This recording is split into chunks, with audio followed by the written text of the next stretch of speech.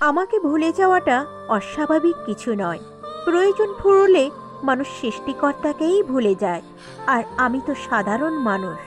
ভালোবাসা এবং সম্মান, এই দুটো জিনিস প্রিয় মানুষের কাছ থেকে পেলে জীবনে বেঁচে থাকার ইচ্ছেটাও দ্বিগুণ বেড়ে যায়। হাজারো মিল থাকলেও ভুল বোঝাবুঝি হবেই। যত ভুল বোঝাবুঝি হোক, তা মিটিয়ে নিতে হবে, কারণ সম্পর্কটা যে অনেক দামি।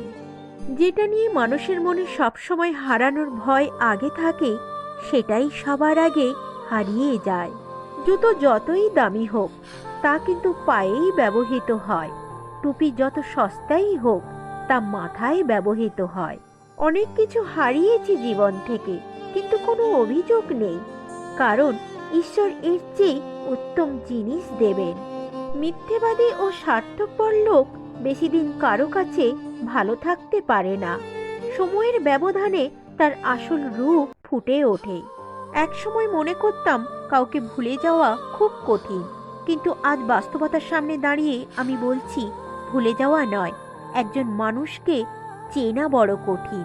সংসারের বোঝা টানা মানুষটা একদিন নিজেই সংসারের বোঝা হয়ে যায়। পৃথিবীর নিয়মটা বুঝি এমনই, খুব নির্মম, খুব কষ্টে। রূপে কি আসে যায়, মনটাই আসল। রূপ সারা জীবন থাকবে না, শুধু মনটাই থাকবে। ভালো দিন পাওয়ার জন্য তোমাকে অনেকগুলো খারাপ দিনের সাথে লড়াই করতে হবে। স্যাক্রিফাইস করতে না পারলে কোনো সম্পর্কই খুব বেশি দিন স্থায়ী হয় না। সত্যিকারের কাউকে ভালোবাসলে কিছুটা স্যাক্রিফাইস করে হলেও সম্পর্কটা শেষ পর্যন্ত টিকিয়ে রাখা উচিত। প্রতিটা মানুষের জীবনেই একটি করে হারিয়ে যাওয়া প্রিয় মানুষের গল্প থাকে, যার কারণেই প্রতিনিয়ত মানুষ আড়ালে কাঁদে। মানুষের মিথ্যে হাসিটা কখনো কখনো এটা বোঝায় যে মানুষ কষ্ট লুকোতে পারে। পৃথিবীতে প্রত্যেকটা মানুষের হৃদয়েই কষ্ট আছে, শুধু প্রকাশ করার ধরনটা আলাদা। মেয়েরা যে জিনিসটা নিয়ে সন্দেহ করে, সেটা অনেকটাই সত্যি হয়।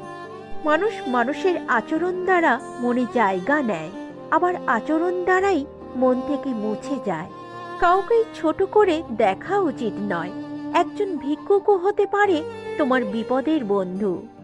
সবাই তোমাকে কষ্ট দেবে, তোমাকে শুধু এমন একজনকে খুঁজে নিতে হবে যার দেওয়া কষ্ট তুমি সহ্য করতে পারবে। ভুলগুলো ভুলতে পারলে হয়তো জীবন কিছুটা সহজ হতো। সময়ের বেড়াচলে যদি থেমে যায় জীবনের গতি, তবে সেখান থেকে আর পিছন ফিরে তাকানো যায় না, আবার সামনের দিকে অগ্রসর হওয়াও যায় না। প্রচণ্ডভাবে ডিপ্রেশনে থাকা মানুষগুলো বুঝতে পারে একাকিত্ব কতটা ভয়ঙ্কর। এই মানুষগুলোর অনুভূতি কেমন হয় খুব জানতে ইচ্ছে করে। প্রতিটা মানুষ একদিন ছোট হয়ে যেতে চায়, যখন সে জেনে যায় আমরা কেবল মৃত্যুর প্রয়োজনে বড় হচ্ছি।